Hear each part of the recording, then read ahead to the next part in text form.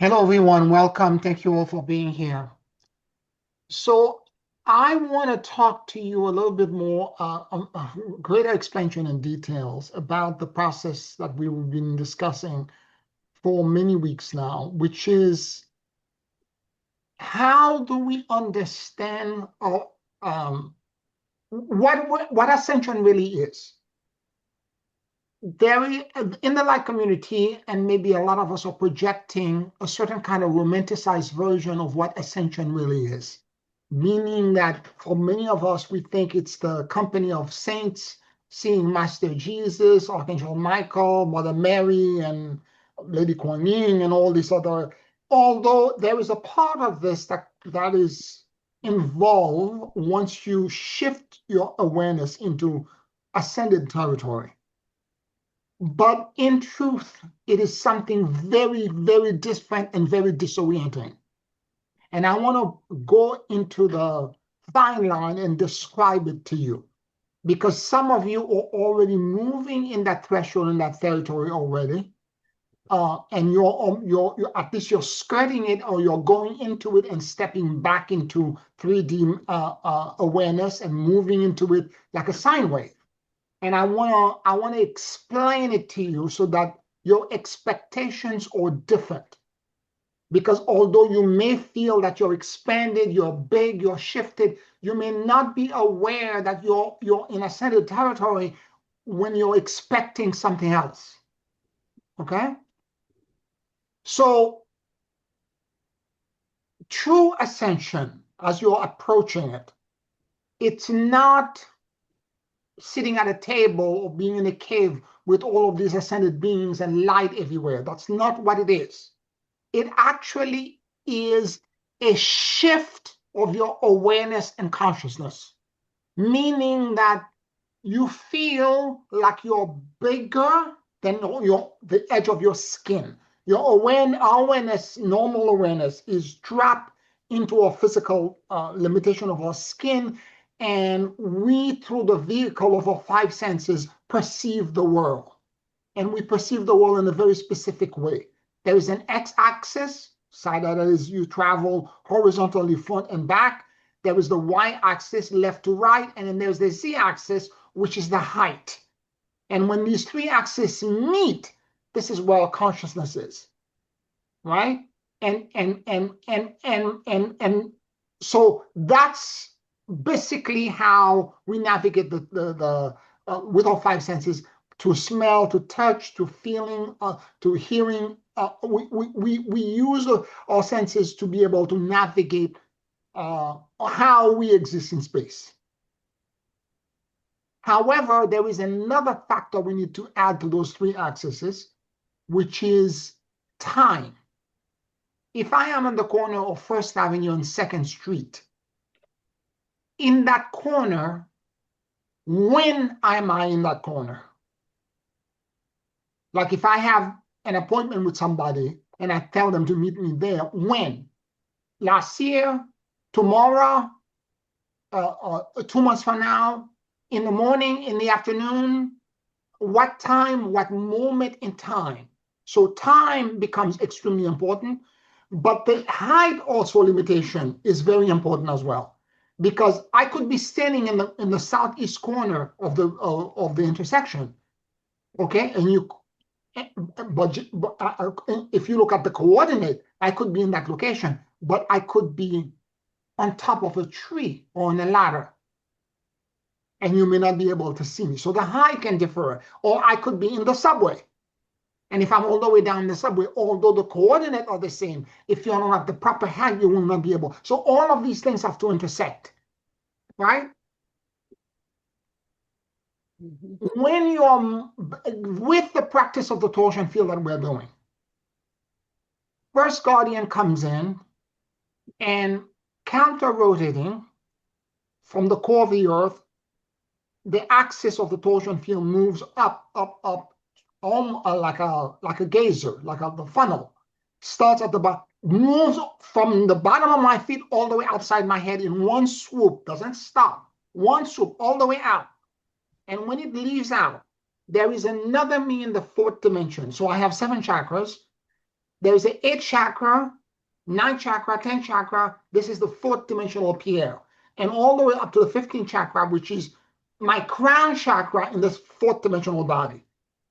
So it moves all the way up to that location and it explodes out, and the filaments, almost like a jet of water passing out, and there are filaments that goes from it that wraps back to the core of the earth to close the loop and creates a donut all the way around me. Kind of similar, like I'm inside of this, except my core, the spin that you see there, moves from the bottom of the core of the earth, passing through my core, meaning my central spinal cord column, because I'm either sitting or standing, and it explodes outside onto the top of my 4th dimensional chakra system.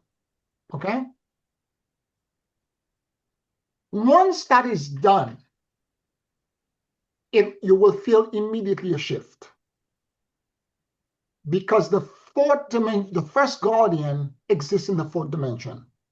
It's a collective of 12 guardians who are coming in, joining together, acting as one, and they are gonna project into my 4th dimensional body the neutrality that they know as they understand it.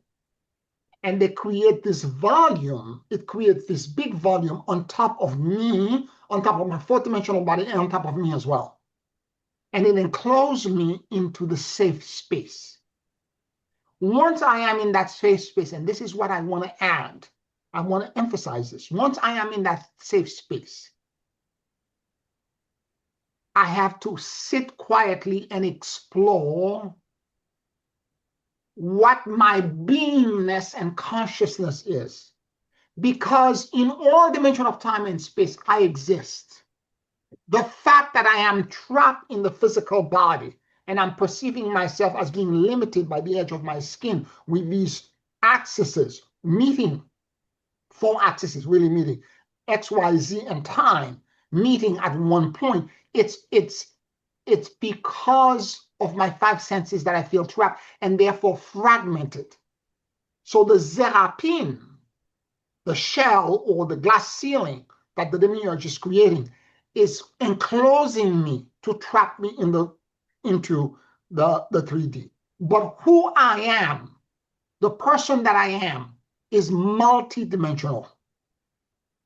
And I exist in all dimensions of time and space. There's a version of me that's there.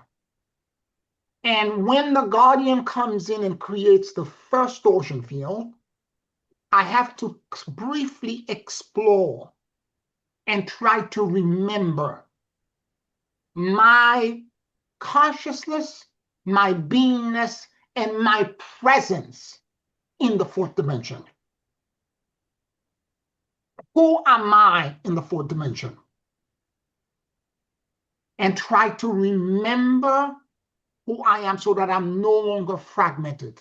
Because the problem is that at every dimension, I'm broken. The connection is not smooth. So the torsion field is allowing me, the first one, through the blessing, the intercession, and the projection and the love of the first collective, the first guardians, it's allowing me to reconnect. For that brief moment of reconnection, I'm going to pause for a moment and I'm going to ask myself, I remember my awareness or my consciousness in the 4th dimension. And sit with that statement and see what kind of impression, what kind of feeling, and what kind of sensation it's going to create in me. To jar my memory and allow, because knowledge is remembering. Plato said it a long time ago, is 300% correct. All of these other parts of us are there, but we are fragmented, we are broken. The link is broken. Now the guardian are restoring the link, but we need to walk inside of it and claim who we are. I remember my presence in the 4th dimension. Okay? And then, of course, Once that is done, you acclimate yourself for a moment, you feel okay, you begin to sense what that memory may be. And initially, you may feel something that's very vague, that's undescribable, because a lot of it is deep and profound memory. Okay? A lot of it you're not going to remember completely. You're going to sense that there is something there, but I can't, because it's a higher dimension. You will have the memories are so old, to reconnect to it, it's going to take a minute, multiple layers of practice for you to begin to evolve the capacity to sense what your presence feels like or looks like in the fourth dimension. Okay? You're going to feel something very briefly. Something is there, but I'm not completely sure I understand, or I have a way to process it. Because anything that's 3D related, it's outside of it. It's beyond it. And therefore, it is not something that I'm going to process in an instant like this with a snap. After you acclimate with that, the axis above your head extends. In other words, from the top of my fourth dimensional body, chakra 15, the axis extends. Now chakra 16 to 22 exist in the other Pierre. If I am Pierre and then there is an alpha, above me there is a beta Pierre. That beta Pierre exists in the fifth dimensional body, and it has chakra 16 to 22, 7 chakra that exists in that chakra system, in the fifth dimensional chakra system. So as I go into that place, I climb all the way up to the top to the chakra 22. I climb all the way up, and then and the guardian now, this time, instead of counter rotating this way, it's going to come clockwise. It's going to go the opposite way. It's going to come from the top of the 22, chakra 22, moves to the down, like a funnel now going down, move into chakra 15, the top of the fourth dimensional chakra, then drop into the top of my head, chakra 7, drop into first chakra and the core of the earth. And when it arrives to the bottom of my feet, into the core of the earth, it explodes out on the ground, and the filament goes back on top of chakra 22, creating now a bigger, larger torsion field embedded on top of the first one, but rotating the opposite way. Right? Once that is created, I'm acclimated. It's a gift. It's a projection. It's a magnetic presence. It's all around me as it rotates. I allow all of it. I sit with it, allow all of it to be created. And once it's created, I remember my consciousness in the fifth dimension. And I try to sit and sense when I made that declaration, when I made that command, that I'm remembering this, what am I sensing that's happening around me? Because the guardian are creating a vessel or a safe space for me. I need now to claim that part of me that exists in the fifth dimensional body and act in unison as one being. And stop being so broken and fragmented.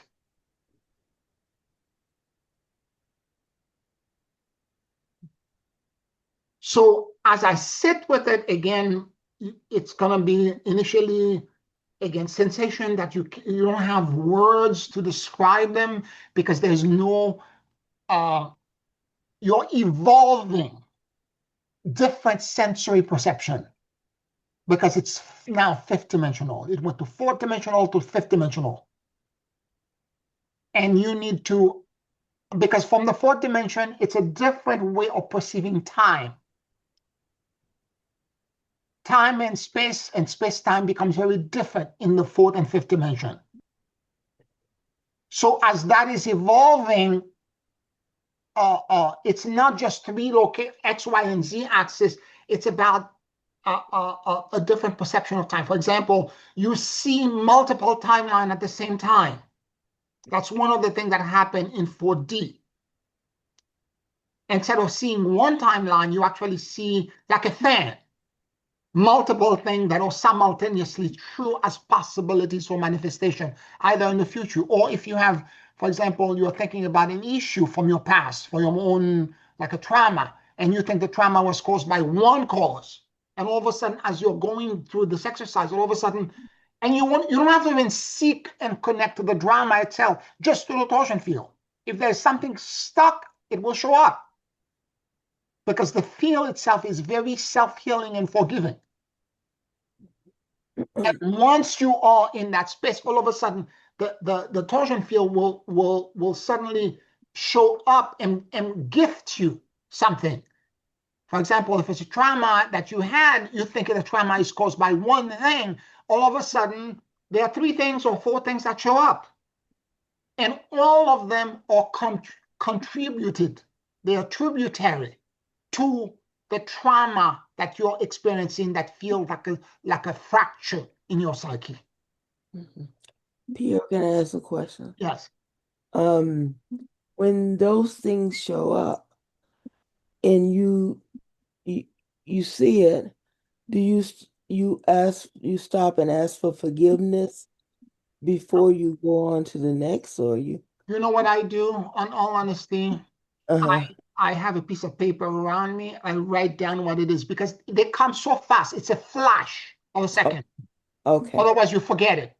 Okay. Because you have another 10 torsion field to do. Okay? Right. And you're going to get more hit. Okay? And if you don't write it down, when you're finished, you're not going to remember the first 2. Okay. Okay? So I write one sentence, something very quick, and I close my eyes. I'm still, you can go right back into it. It's not going to stop the torsion field or whatever. You close your eyes, you go back to it, you go to the third guardian, it's gonna be created. You're still, it's like being in REM sleep. When you wake up from sleep, even though you get up to go to the bathroom, when you go back to put your head on the pillow, you go right back to the dream again. You go right back to sleep. Okay? You need to note it very quickly. Okay. Okay? Okay.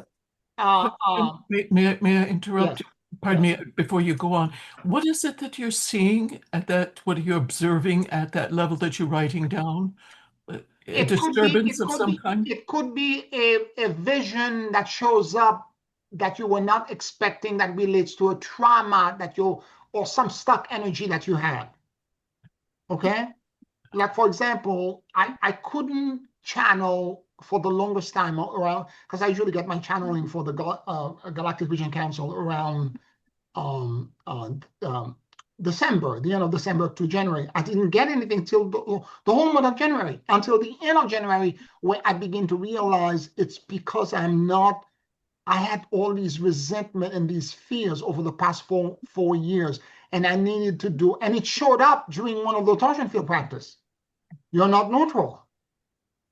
Because there are certain things that happen in your life that you feel resentful against this person, or that thing, that event, and you feel victimized. You need to become neutral inside of yourself.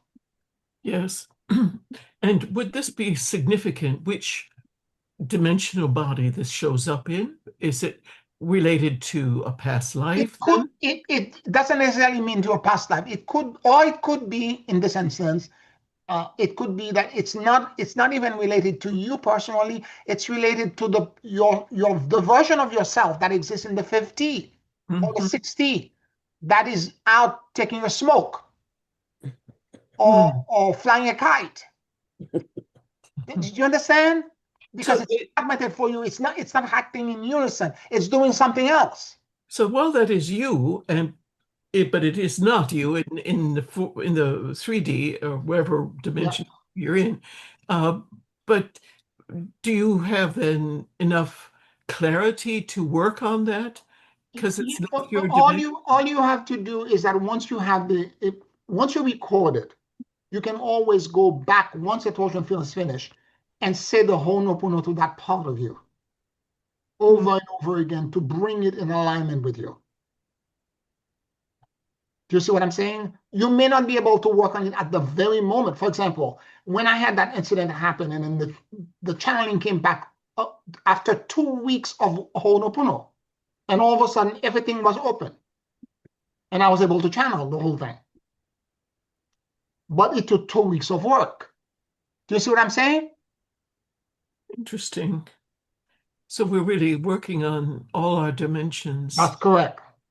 That is correct.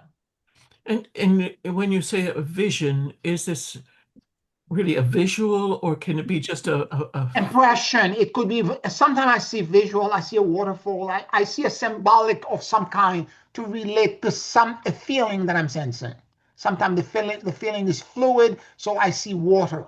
Other time it's something else. I'm on top of a mountain or I'm driving. And the driving for me means that I'm in control. Or if I'm not driving, I'm not in control. So you have to figure out what your language is. Because the symbols, depending on the symbols that shows up. Would you say that in addition to maybe this vision of driving or not driving, it sounds benign enough, but is then what is the trigger that causes you to understand that it's related to a trauma? Okay, here's the thing, Janice. The sensation you're going to get, let's say you're driving, it's going to be multisensory. It's not a visual. It comes in, I call these things module of information. They come in and they are charged not only with a visual, but there is a knowing, a packet of knowing that comes automatically. And it washes over you like a wave of water. Okay, I got you. Okay? And if this is why after you're done with the practice, you can go back, as you're saying, the Ho'oponopono, it will unpack. There will be layers behind it. Whatever other piece of information that was coded in the module will unpack, and then you will begin to see it. I see various things at different dimensional levels, but I never associated it with trauma, or it just was it is benign, I guess is the best word to describe it. Should I explore it further? Well, it depends on the feeling, because a lot of time I'm saying seeing because sometimes it's not seeing, sometimes it's knowing. Right. I understand. Do you know what I'm saying? It's Yeah. instant knowing, you know. And if you know it's benign, then it's benign. Move on. You don't have to try to dig, We have a Right. proverb back in the Caribbean, don't scratch while it doesn't itch.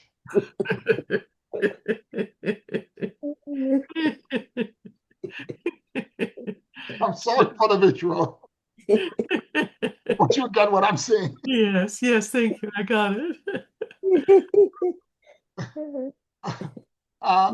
So if it's benign and you have a sense, because it's an all knowing. It's not only visual, but you sense it in an instant. Oh, it's this. You have a feeling connected to a visual, maybe, and sometimes it's just a feeling. Instant knowing.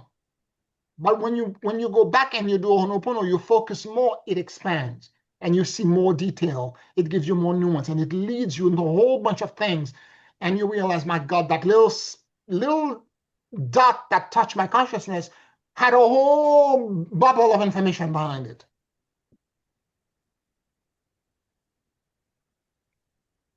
So at every torsion field, the third one coming in from the core of the earth, again clockwise, creating a bigger one on top of the first, second, and now on top of the first and the second, even bigger torsion field, and so on and so forth. They keep nesting each other. At every point, I'm going to ask myself the same question.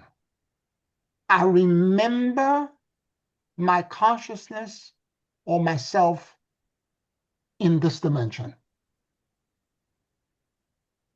In the Bible, when Moses saw the burning bush, he had asked God for his name, and God said, I am that I am. It's in spiritual teaching, it's the presence, it's your beingness.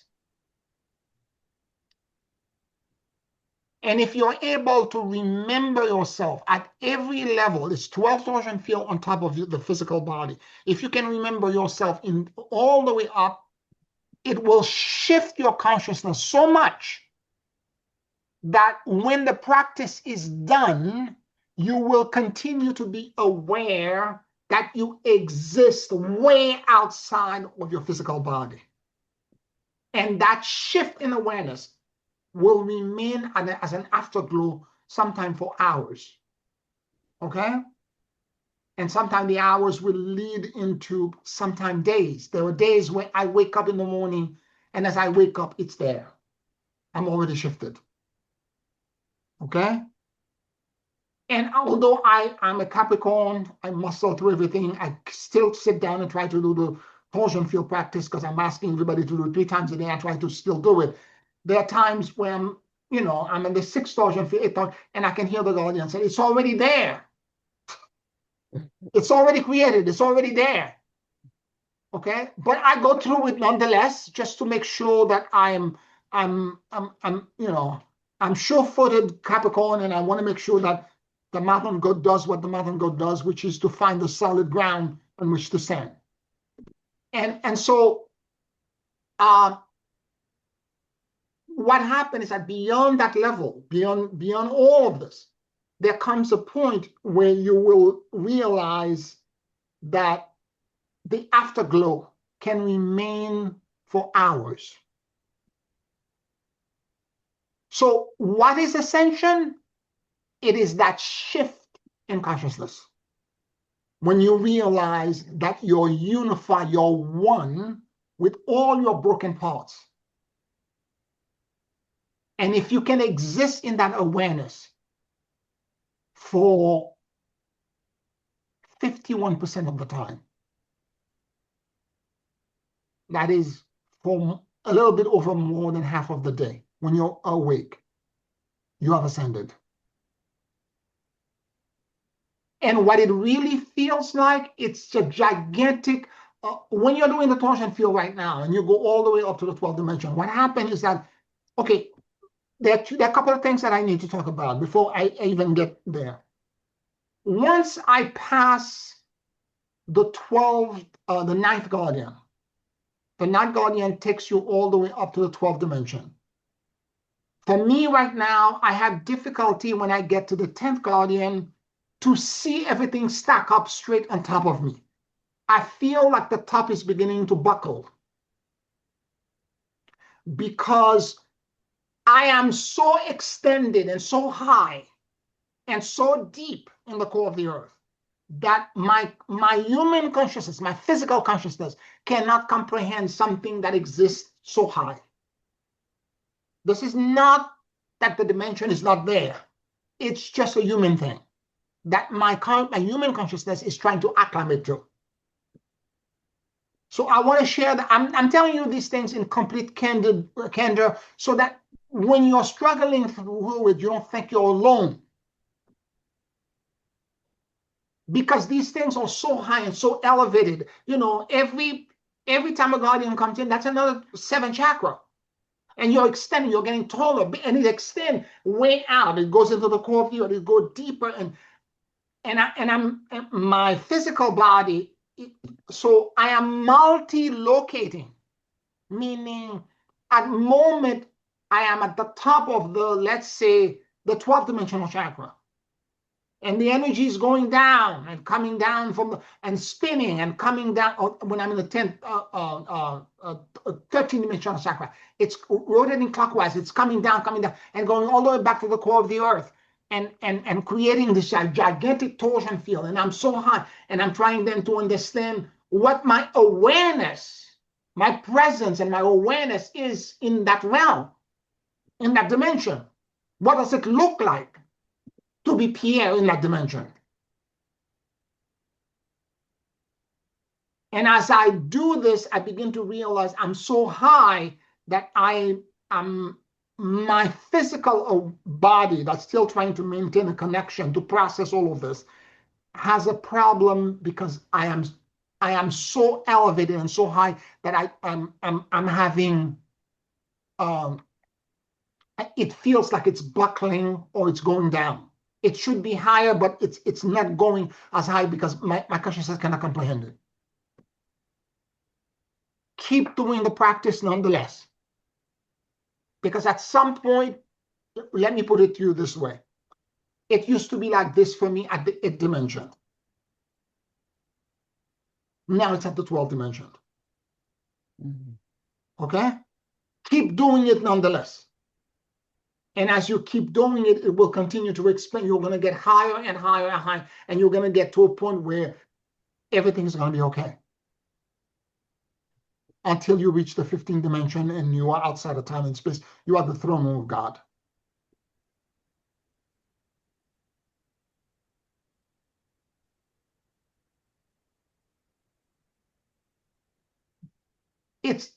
There is a lot of adjustment in consciousness. It's like a child learning how to walk, because you're entering new dimension. You're trying to reclaim your identity in each dimension. You're trying to figure out who you are in that dimension, and you're trying to make all of it work together. So there are moments I'm doing the practice where it feels it's so high or all that, and I get distracted with something else. It's like my consciousness, my human consciousness is saying, I need a break. Let's take a smoke. Okay? I need to go on a bathroom break. I need to do something else because it's just too much. And it's okay if I get distracted or all that, but I remember it's the 12th dimension.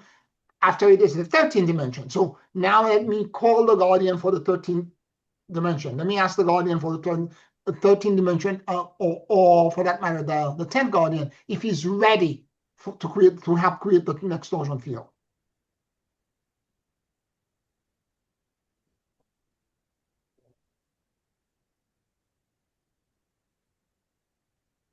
That part which is about the remembering is a process. Because my consciousness is, I'm going in the core of the earth, I'm aware of where I exist, and I'm aware of how high I extend. So and when it's created, there are moments where I can do the whole thing and everything is straight, and it's perfectly straight. There are days not so much, okay? But there are days where it's perfectly straight, and when it's perfectly straight, I feel that I am part of this gigantic vertical shaft or energy system, and I'm in the middle of it. And I'm present everywhere in it simultaneously. This is how you evolve multi-dimensional awareness, because in this higher dimension, you have multi-dimensional awareness. And that's the capacity you're trying to emancipate into. Instead of being linear time and space in a volume, in a box, you're evolving the capacity to be multiple places at the same time. Yeah, could I ask about this concept of multidimensional reality all at once being part of reality? Is it our goal to return to the throne room of God and not be in all of these lower dimensions at all?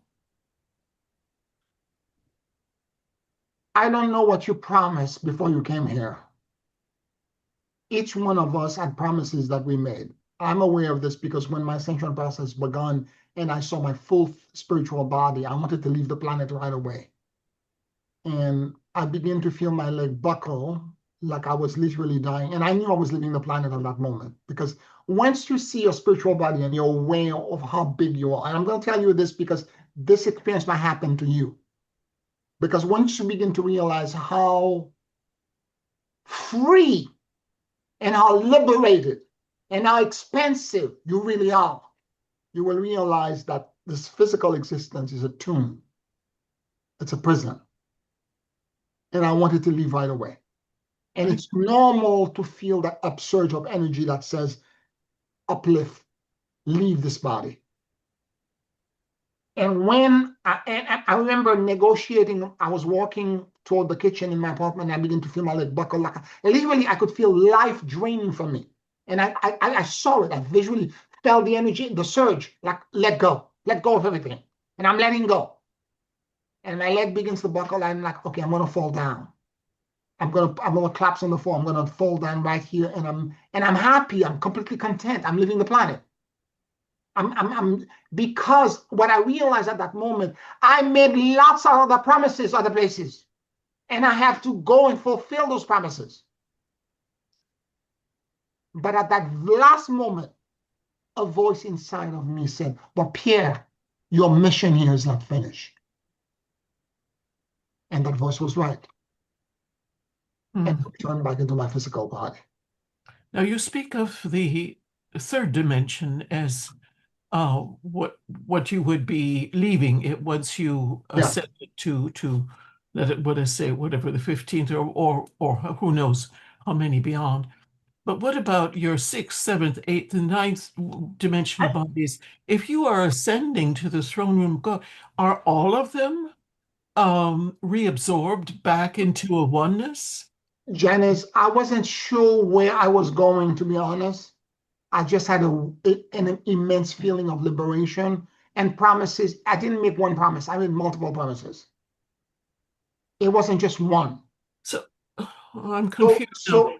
so, so what I'm saying is that I'm not sure whether I I was going back to the throne room of God or I was going to, let's say, the ninth dimension or the 10th dimension. I'm not sure. Okay, I appreciate that and understand. Well, I guess it's theoretical more than precisely an experience that you had.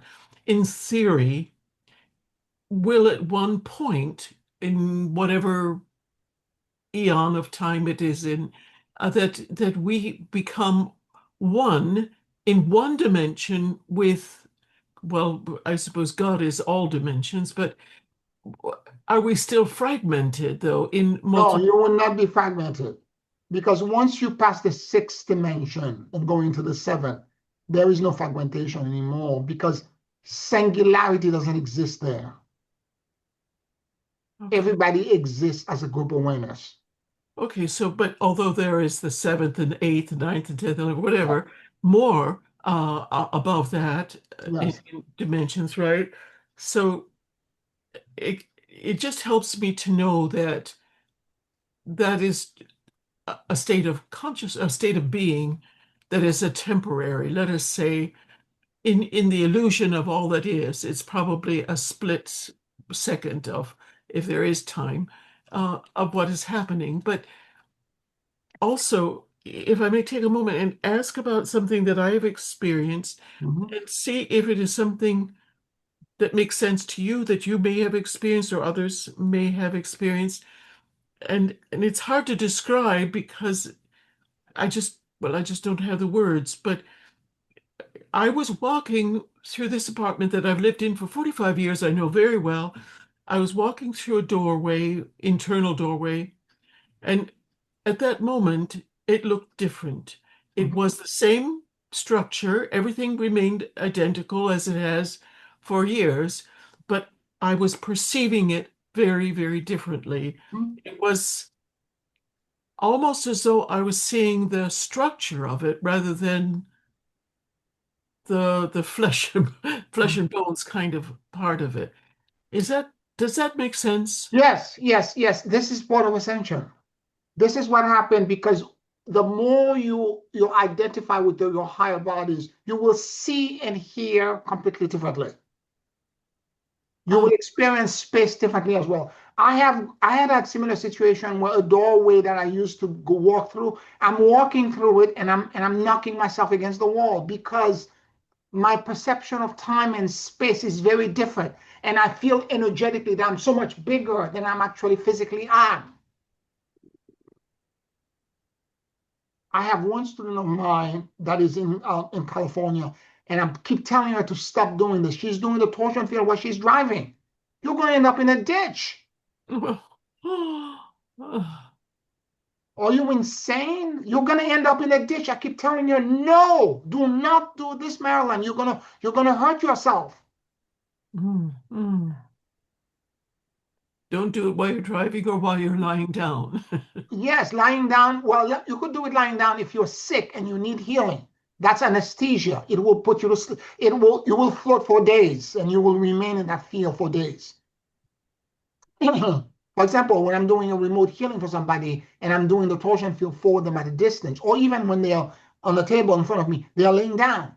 But I need to do this in order for me to anesthetize them and help them find healing. But you need to be sitting up, your torso has to be up, or otherwise it's going to make you float you will not be able to ground. Mm-hmm. But your visual perception will change. When the torsion field is aligned, and I feel completely aligned, when I walk down the street, the color, everything is different. The atom, the molecule around me, the birds, the animal, everything looks different. Yes, that's right. It's an indication that you have expanded beyond the five senses. And your higher senses are beginning to be activated. So I'm not losing my cognitive. No, no. It's the opposite. You're gaining. You're not losing nothing. You're gaining. Okay. Well, at least now, thank you. I know it was a little disturbing. I wasn't sure. No. I understand. I understand. I turned from the bathroom to turn around to go to where my bed is. I'm suddenly knocking myself against the wall on both sides. Uh-huh. Yeah. What's wrong with me? I keep thinking that my shoulder blade, my shoulder is out more big or smaller than what it actually is. It's, in other words, I'm so disoriented in space-time now because my body is elsewhere. My awareness of myself is elsewhere. I see. Okay. I become completely disoriented in space-time. I do the torsion field before I start driving to ask for protection, and once I'm done, I've said this to you before. I don't drive without doing the torsion field. Right. I turn on the ignition, I warm up the car. While it's warming, I do a torsion field around it, and I ask the guardian to accompany me and protect me for the duration of my drive. But I don't do it while I'm driving. That used to happen to me. I remember one day I was going upstate. It was night. I left the city at 6 o'clock, and in the way it is upstate, the drive is like 2.5 hours. It was in pitch black, and all I saw was a tunnel of light, like a kaleidoscope. I stopped the car and I started fussing and cursing at every guardian that there was. I said, "Don't do this mother effing thing to me. I'm going to end up in a ditch. Don't do this to me. You do this when the car is parked. I'm not going like this." I yell, I curse. It never happened again. It never happened again.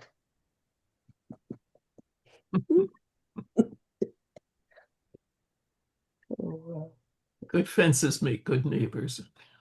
Yeah. Set some boundaries. No, boundaries. You have to tell them, no, do not this, not now. I need to be grounded in 3D right now because thank God it's middle of the night going upstate on West 17. There's no traffic. There's no car. Right. You understand? But if I was somewhere where it was congested, it would be a different story. Oh, yes. The road just all of a sudden disappear, and I saw all this light, and I'm like, no, don't do this to me. I need all my senses have to be here. I pulled over, and I'm like, we're gonna have a talk. we gotta have a talk. I welcome all of this, the expansion and the growth, but not while I'm driving.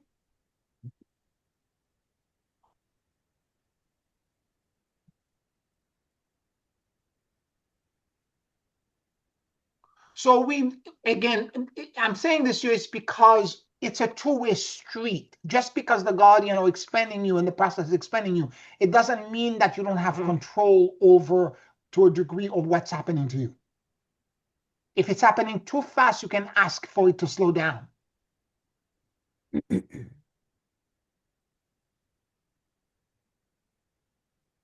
I use a lot of more spicy language, I guarantee you, when I was talking to them. I was cursing. Okay? I was cursing.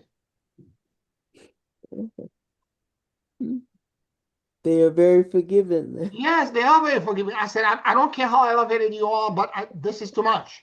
You're right. This is too much. Mhm. I'm alone. I'm in the middle of nowhere. It will take days for somebody to find my body. No, no, this is not happening.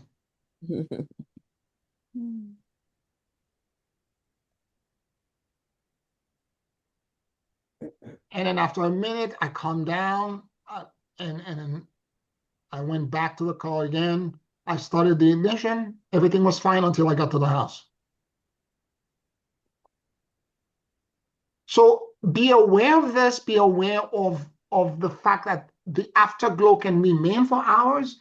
And if the afterglow remains, it will change. And more importantly, let's not talk about the gifts that come with that awareness. You don't have to have the perfect alignment before this begin to occur. As you're doing it right now, you will begin to realize that you have access to information related to people around you. The same way internally, the torsion field will reveal things to you that are stuck energy uh, in the people that you care for. You will also see things around them, in them, and things they are hiding for themselves. So there is a part of the Bible that talks about sense of omission and sense of commission. There are things when you see them, you have to swallow it and not say anything. Whereas there are other things you must utter them out and you must say it. And when you have that expansion of awareness and it gets so big and so expensive, you need to emancipate and grow and become wise. And that wisdom can only come through experience, which means you're going to make many mistakes. You're going to say the wrong thing at the wrong time. You're going to fracture people not meaning to. You're going to trigger people because you're saying things that are true about them, but that should remain quiet and not be said. Because to bring to somebody who was traumatized, to bring the awareness, and they're blocking the trauma. Their psyche is blocking the trauma because if the trauma is open, it would be too painful for them. It will re-traumatize them again. That's why the block is there. If you have that awareness of the trauma and you bring it to them, like I had a student of mine who went to a friend's house and all that. It's a group of spiritual people. This other psychic that I know pulled her out when she was coming out of the kitchen and said to her, "You were raped by your father when you were 4 years old." Blah, blah, blah. Oh, the woman was, she was hysterical crying. People in the spiritual community have this problem with verbal diarrhea, where they're constantly saying things that they should not say. When you re-traumatize somebody like this, you have to deal with the karma. Because the reason why this person's psyche is blocking the memory, it's because it's giving them time to acclimate, to heal, and to repair so that they can confront the memory when they are strong enough. Because the human psyche is the most fragile thing that exists in the universe, but it is also the most self-healing. And that self-healing timing, it's not yours to determine. The person who's going through it and them and their monad will determine when that time is for them to learn this.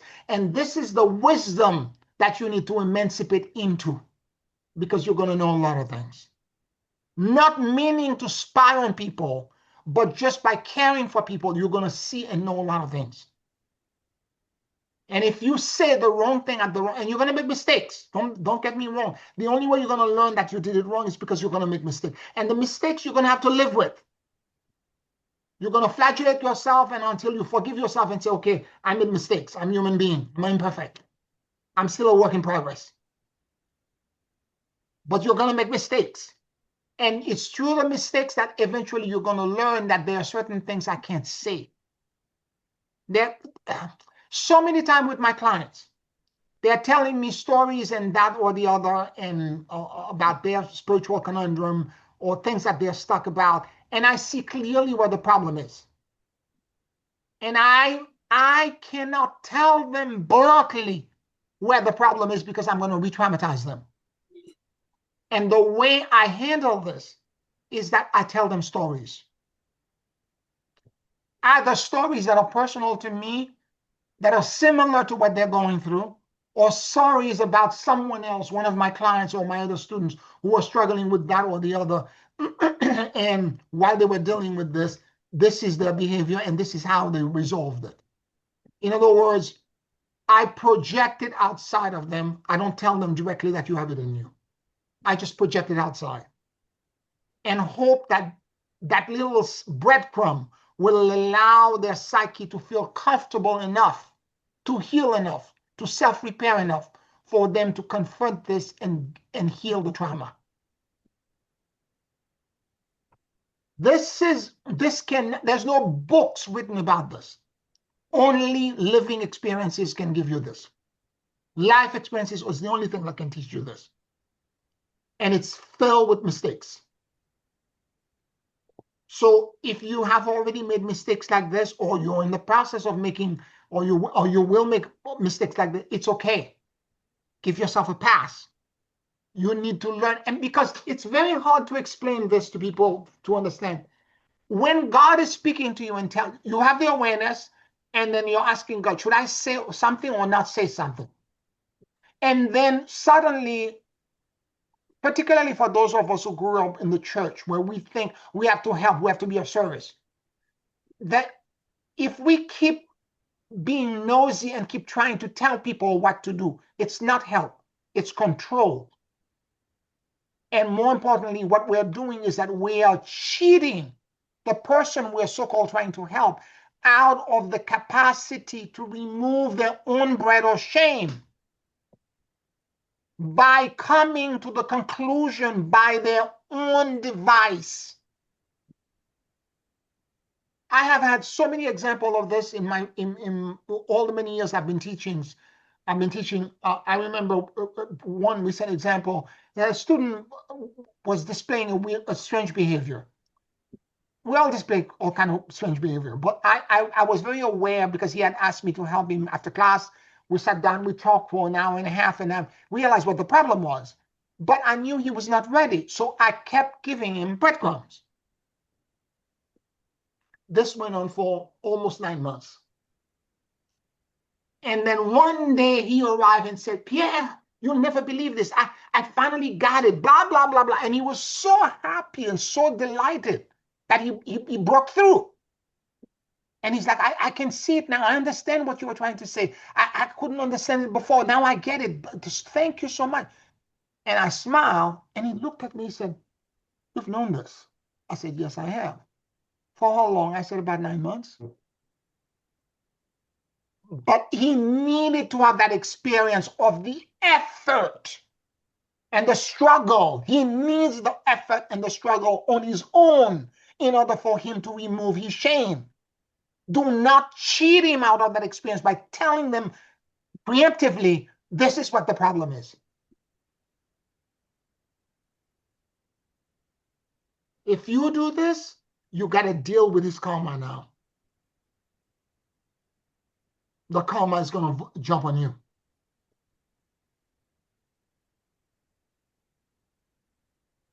So it's important for us to understand this, is that there are things that you don't need to say.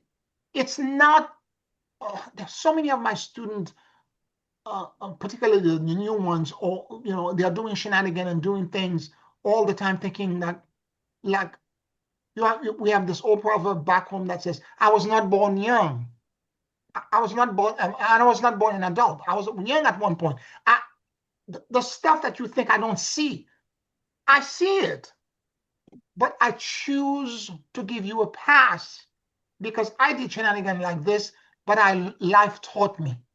And there is no reason that every step of the way I have to keep correcting you and tell you, because nobody wants to be around and know it all. You have to be able to figure it out and stand on your own feet and find your own sea leg to walk yourself.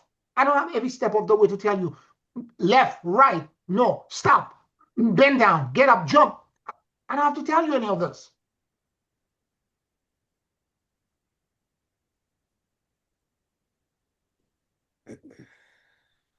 You're going to know things.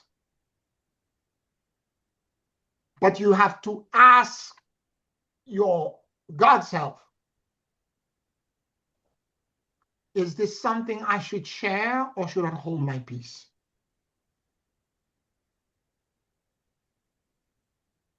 So many times I'm walking around, I see things, I know things. I remember being in the subway one time, this man was strap hanging near me, and I could tell he beat his wife this morning. What am I going to do? Go to him and confront him? Not every struggle is worth the fight. There is no reason for this.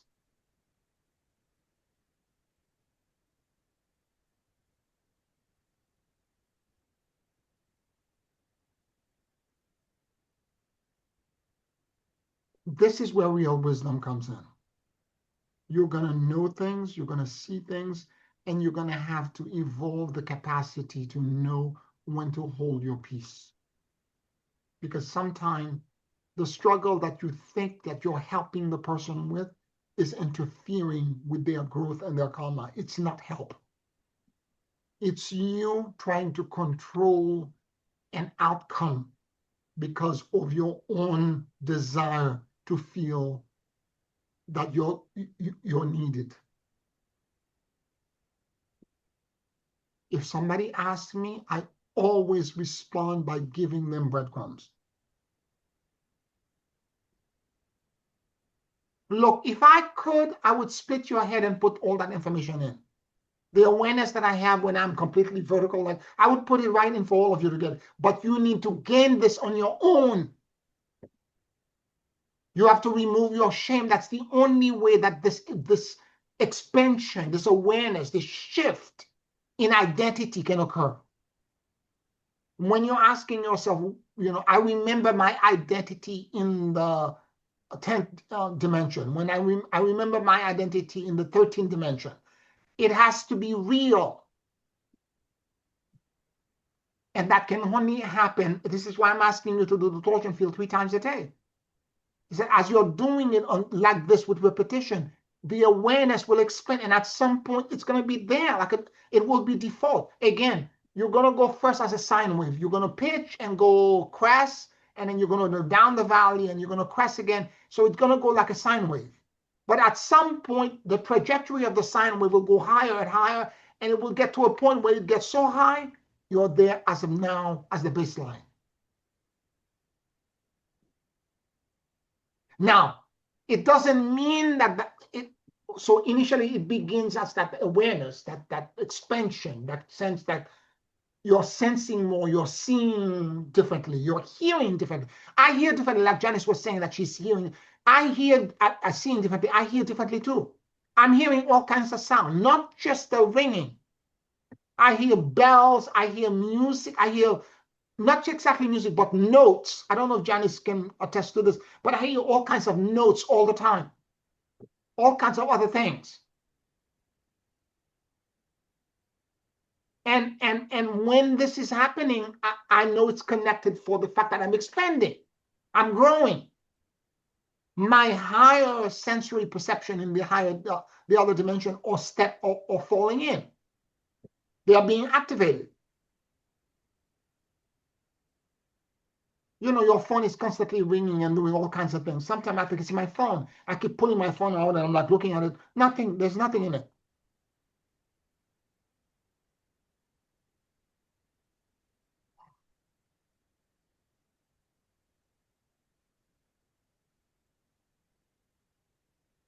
So we have to be very aware that as we are expanding, that expansion will trigger unusual experiences because we're still in 3D and we are negotiating or we're crossing over into higher dimensions, all the way up to the 15th dimension. And as you keep crossing over and going back and forth, you're gonna you have to acclimate to the expansion because the expansion is nothing like we know in the 3D. And again, you're going from singularity in 3D to plurality, existing in multiple places at the same time.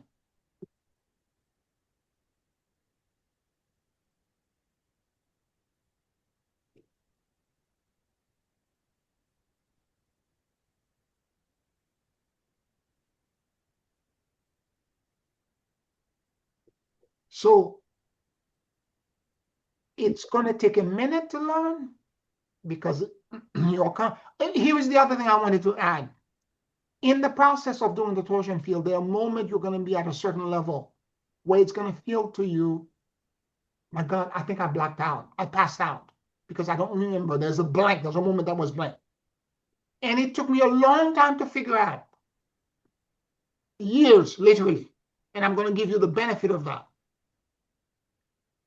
It's not that I blacked out. It's that whatever dimension that I went into, I was in such awe of being so liberated, where there was no burden, that I almost remain completely at rest and catatonic in this awe of being so free. And for a moment there, I thought I blacked out. It's not blacking. You hear the word awe all the time in the Holy Book. I never understood that awe was that feeling. Like I am so free and so liberated that all of a sudden I sit like in the rest and the surrender of that rest. And then I feel like I blacked out for a moment. Because in 3D, I'm constantly, my cognitive awareness is constantly trying to do something, calculate and measure and think and what I'm going to do next. And all of a sudden, I am in a place where everything is gone.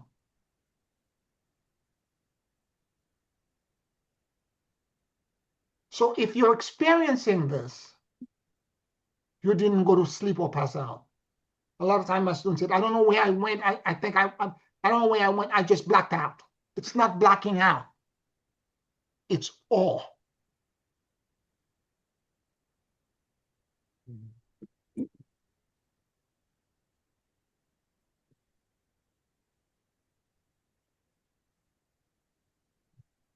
Any other questions or comments?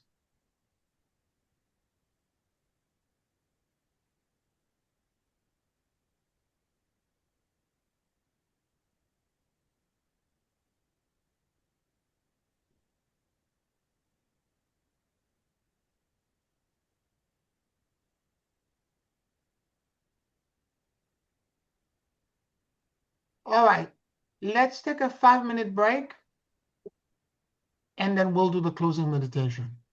5-minute break.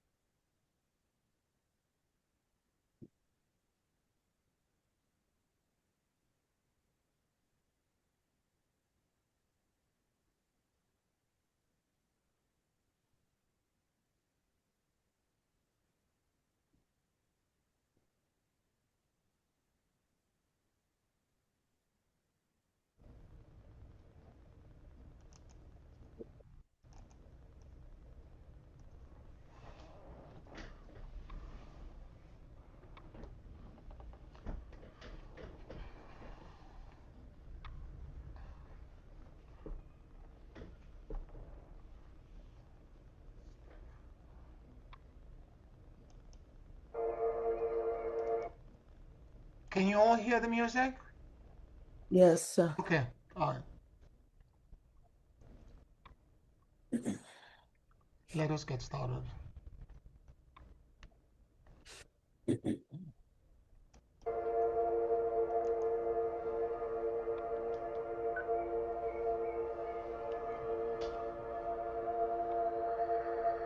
Take a very deep and slow breath.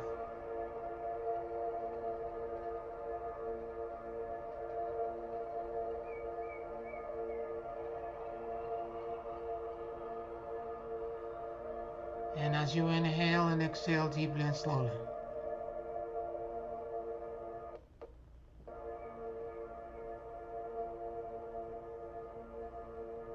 allow the universal life force that permeates everything to enter into your lungs.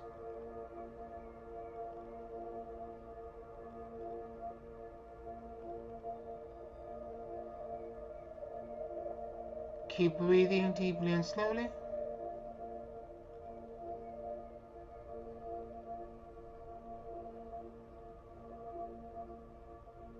And let your soul and your awareness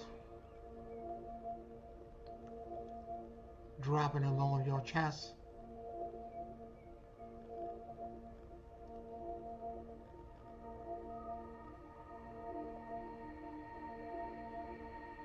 Please forgive me.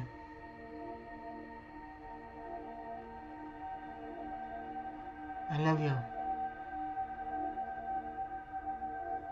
And I let go.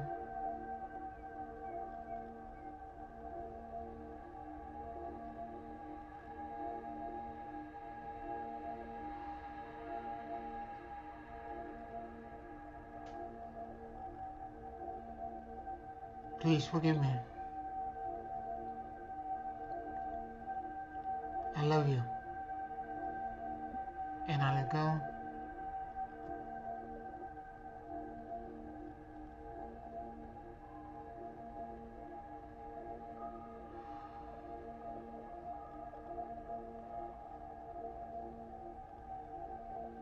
And the extraterrestrials, guardian alliance of light,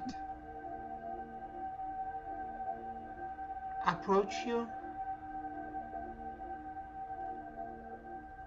offering to gift you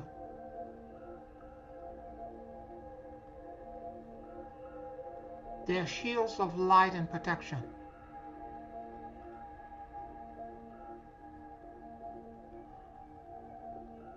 and a band of neutrality.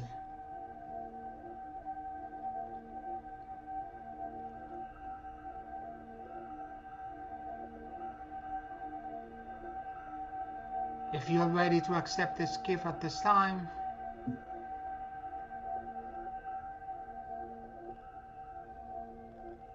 answer affirmatively.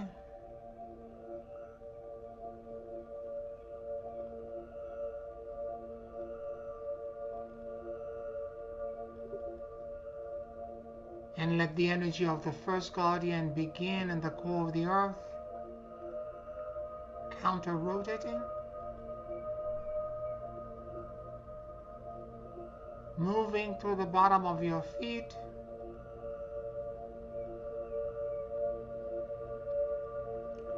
passing through your core, exiting outside of my head, and going into the top of the fourth dimensional body,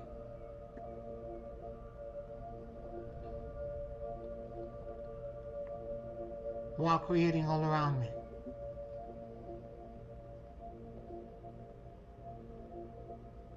The torsion field of neutrality.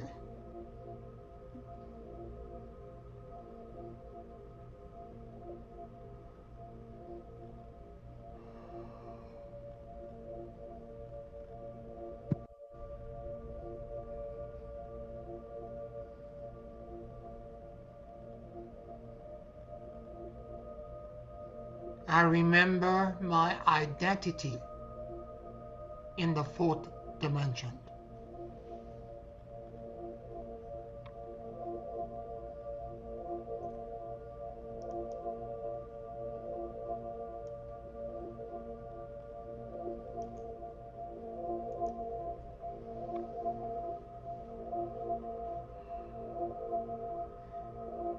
The axis at the top of my head extends, and it attracts now the energy of the second guardian, coming in from the top of the 15th dimensional body, rotating clockwise.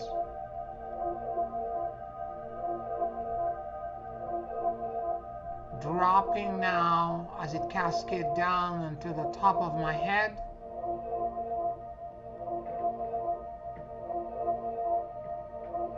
Dropping into my core. Exiting at the bottom of my feet.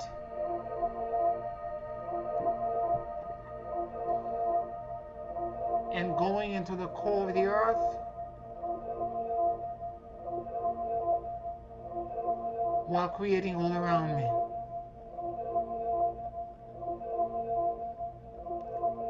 A torsion field of neutrality.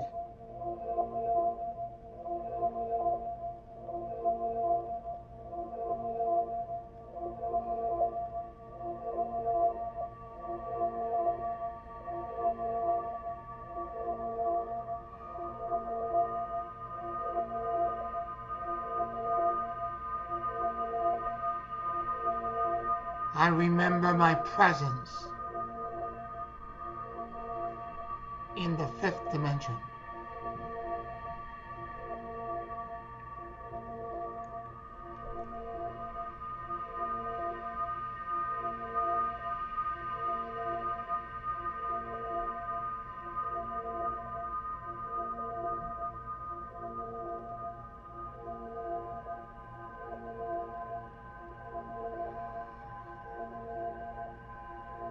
The axis at the bottom of my feet extends and it attracts now the energy of the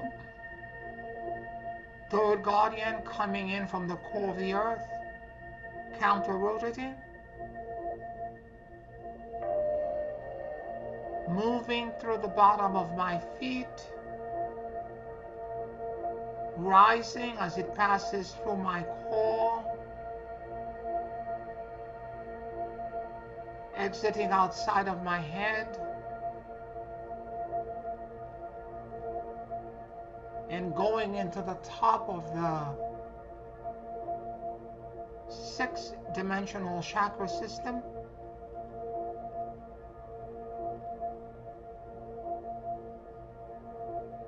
while creating all around me.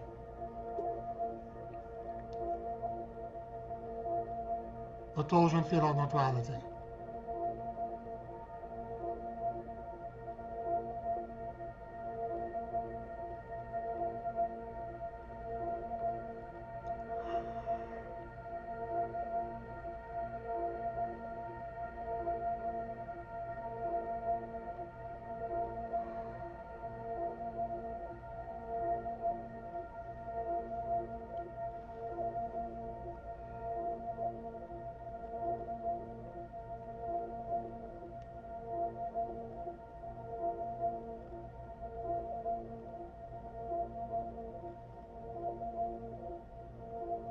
I remember my identity in the 6D.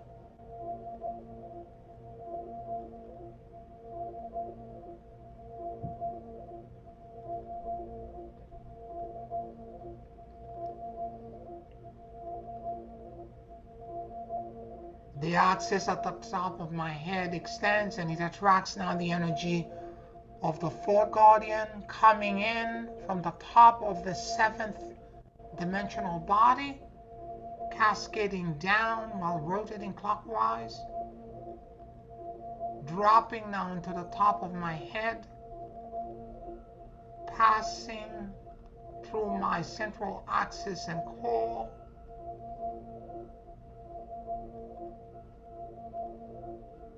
exiting at the bottom of my feet, and going into the core of the earth while creating all around me. The torsion field of neutrality.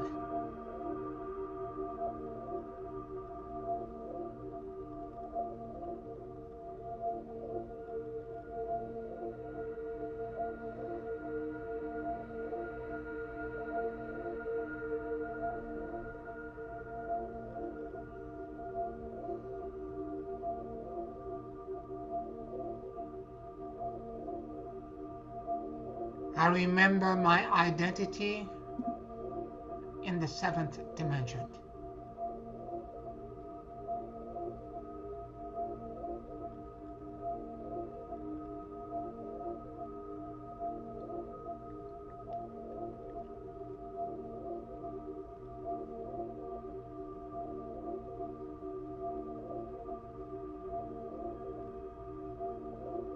The axis at the bottom of my feet extends and it attracts now the energy of the 5th guardian coming in from the core of the earth, counter rotating, moving through the bottom of my feet, passing through my central axis and core, exiting outside of my head, and climbing up to the top of the 8th dimensional chakra system while creating all around me a torsion field of neutrality.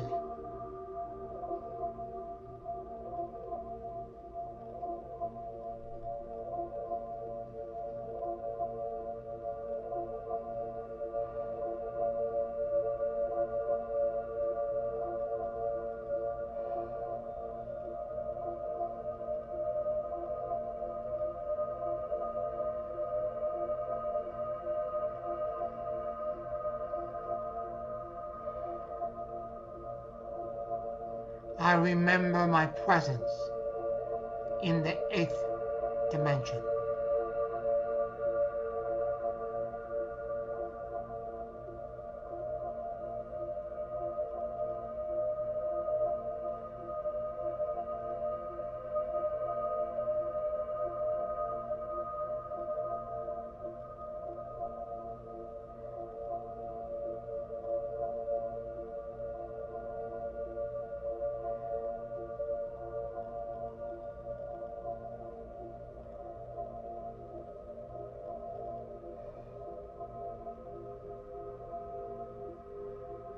The axis at the top of my head extends and it attracts now the energy of the 6th guardian, cascading down from the top of the 9th dimensional body,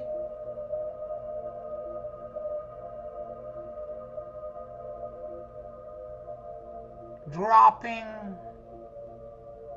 all the way down to the top of my head, rotating clockwise,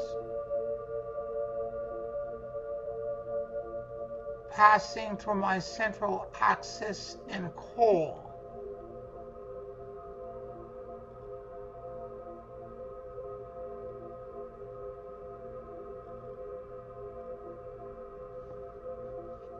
exiting at the bottom of my feet,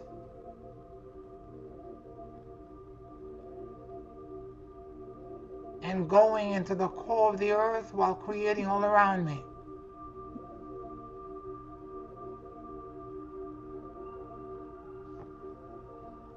A torsion field of neutrality.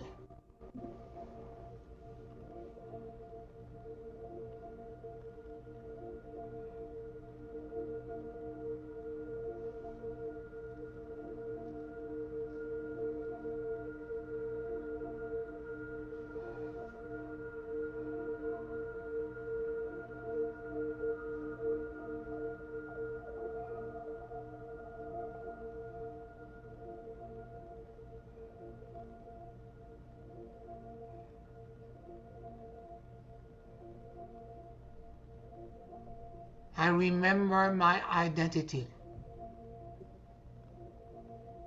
in the 9th dimension.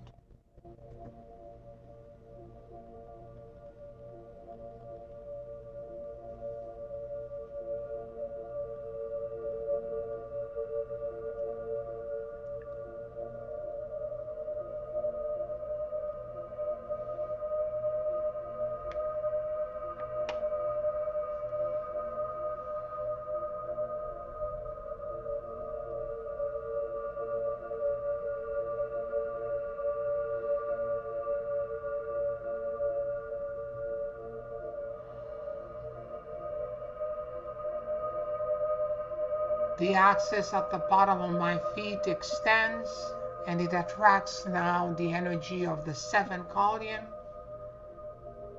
coming in from the core of the earth, counter-rotating, moving through the bottom of my feet,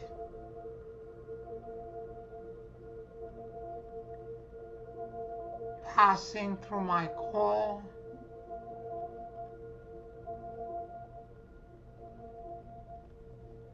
exiting outside of my head, and going into the top of the 10th dimensional chakra system,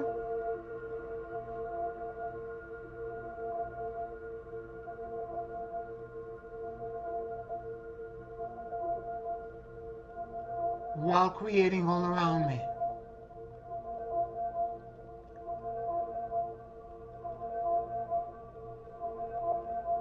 The torsion field of neutrality.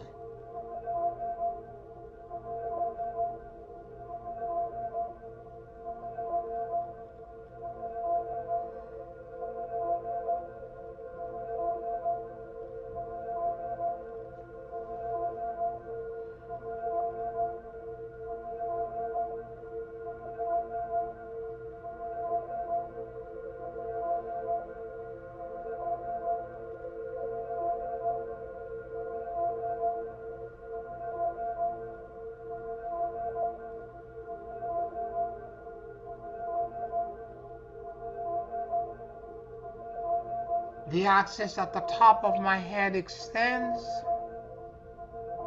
and it attracts now the energy of the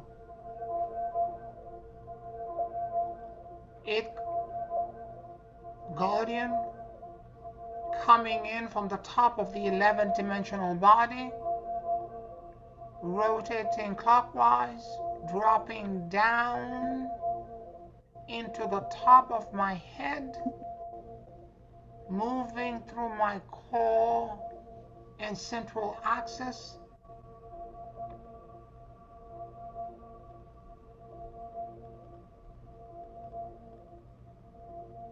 exiting at the bottom of my feet and into the core of the earth,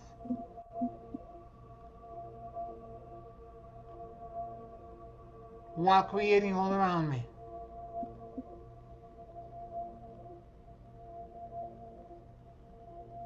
The torsion field of neutrality.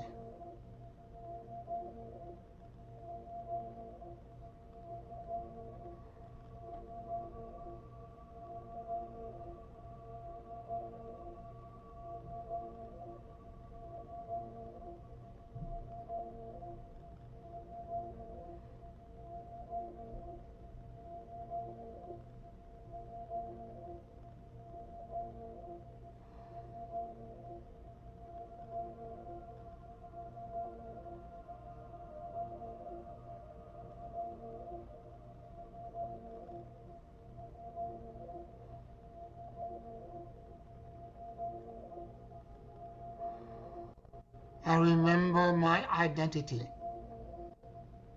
in the 11th dimension.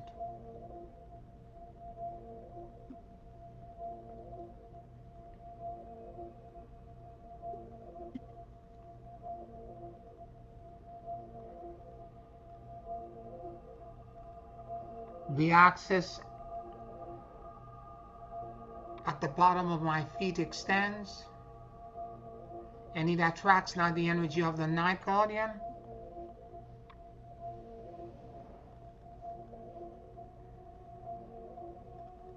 coming in from the core of the earth,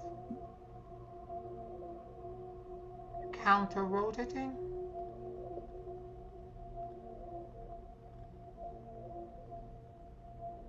moving through the bottom of my feet,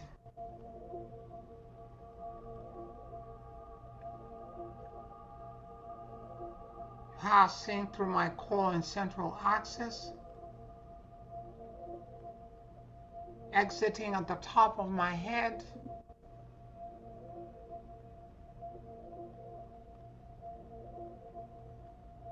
and going into the top of the 12th dimensional chakra system.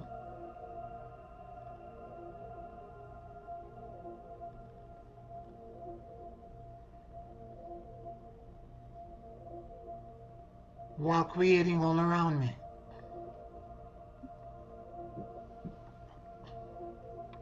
A torsion field of neutrality.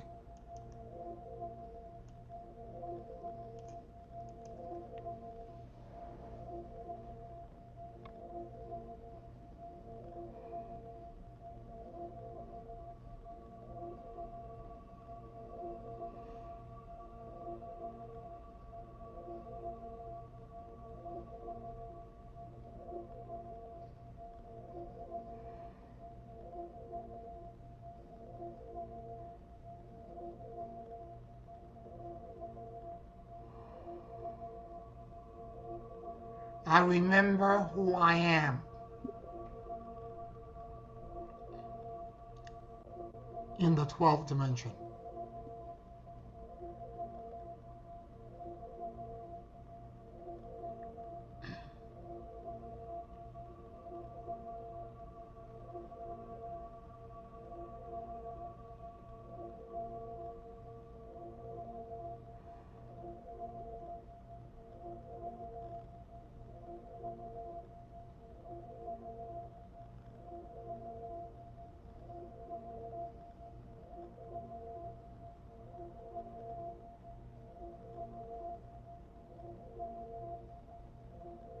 The axis at the top of my head extend and it attracts now the energy of the 10th guardian,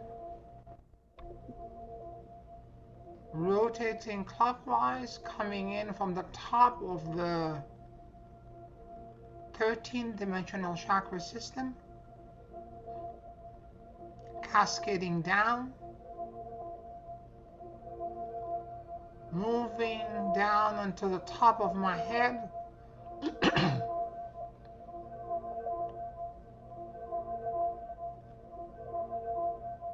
passing through my core, exiting at the bottom of my feet, and going into the core of the earth while creating all around me.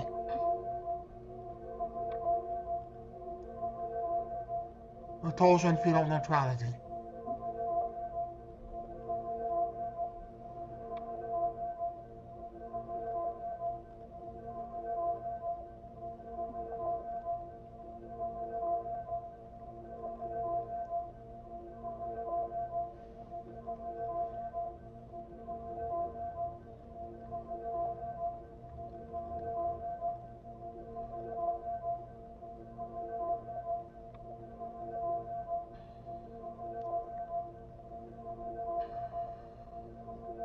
I remember my identity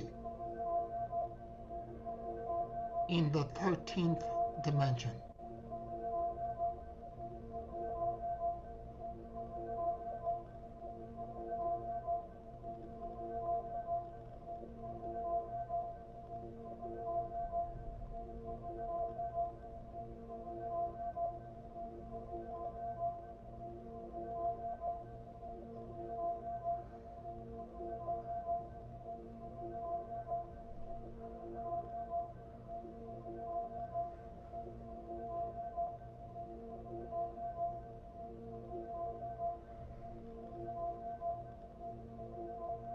The axis at the bottom of my feet extends,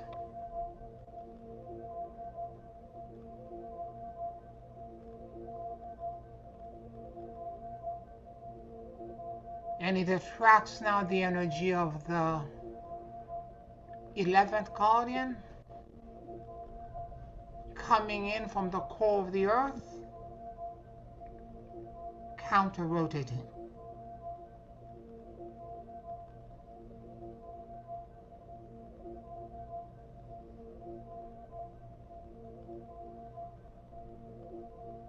Moving through the bottom of my feet,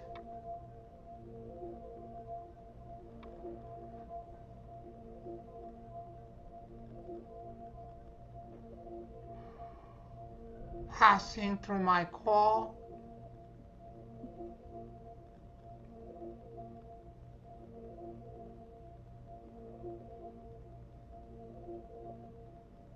exiting outside of my head, and going all the way up to the top of the 11th dimensional chakra system.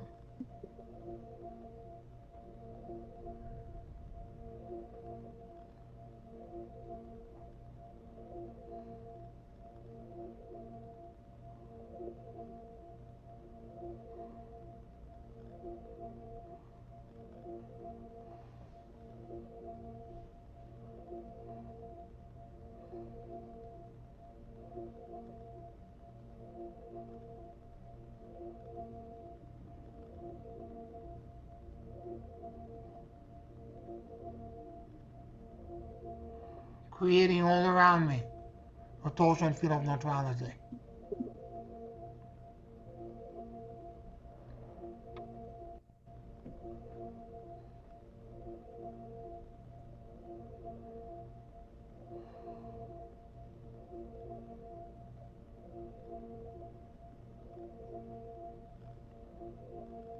I remember who I am in the 14th dimension.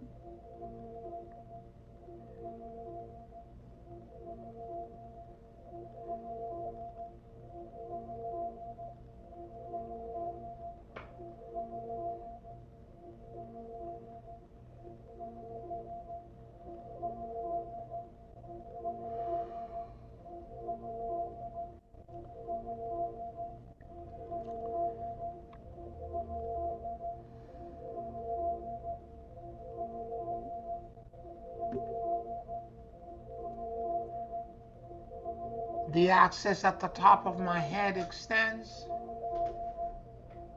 and it attracts now the energy of the 12th guardian, rotating clockwise, coming in from the top of the 15th dimensional chakra system, dropping down as it rotates clockwise, passing through my central axis and core, dropping into the top of my head, moving all the way down as it exits the bottom of my feet, and going into the core of the earth as it creates all around me a torsion field of neutrality.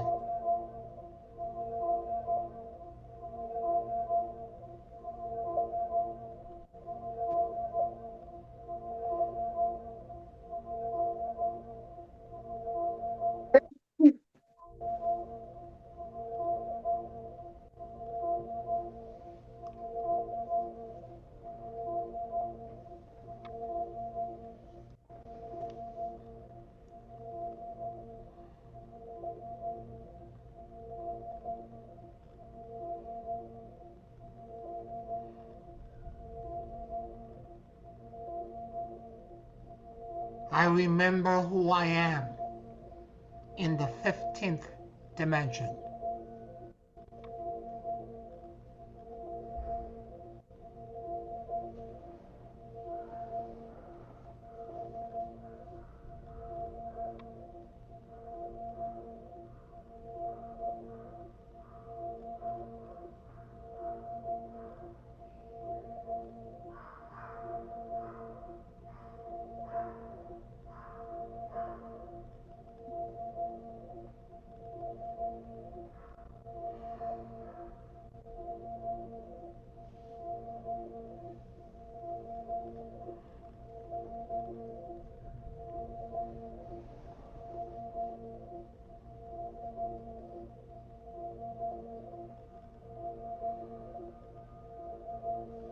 I am that I am.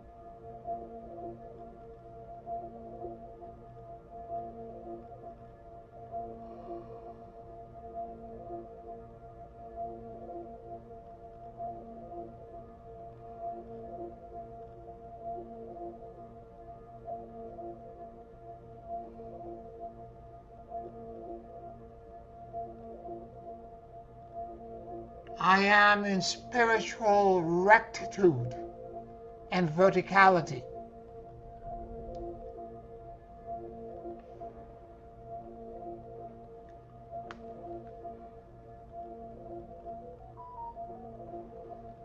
And I remember who I am.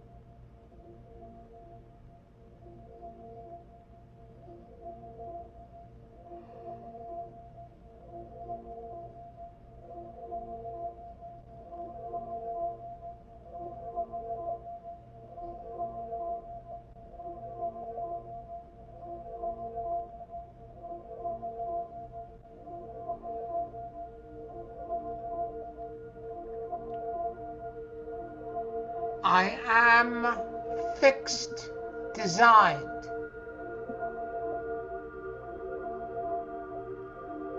I am one in all dimensions of time and space.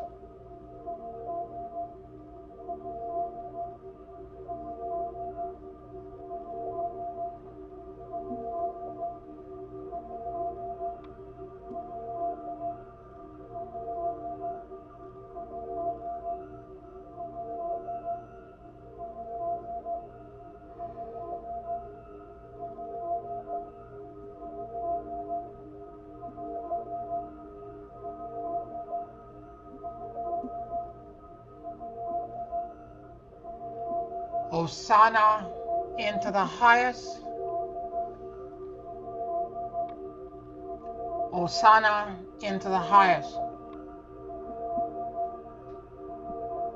Hosanna into the highest.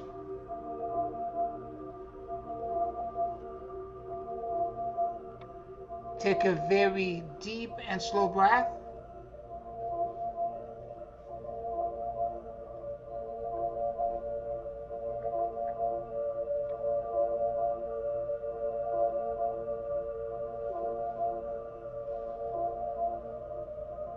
And whenever you feel ready,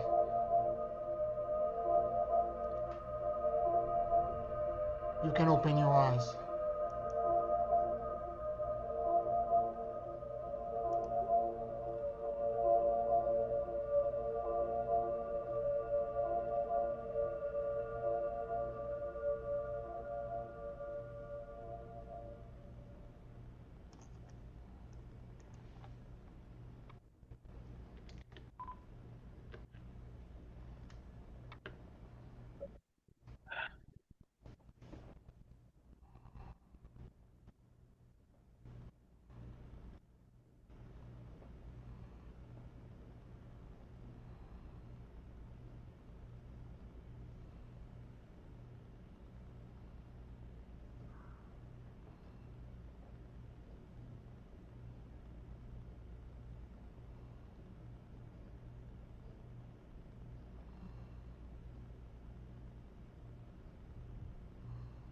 Thank you. Yeah. You're welcome. You're welcome. I want to thank all of you for participating in the class, for being with me tonight. We are almost there. You can sense already the threshold. Uh, keep your practice, and we are going to make it together as a team, shoulder to shoulders.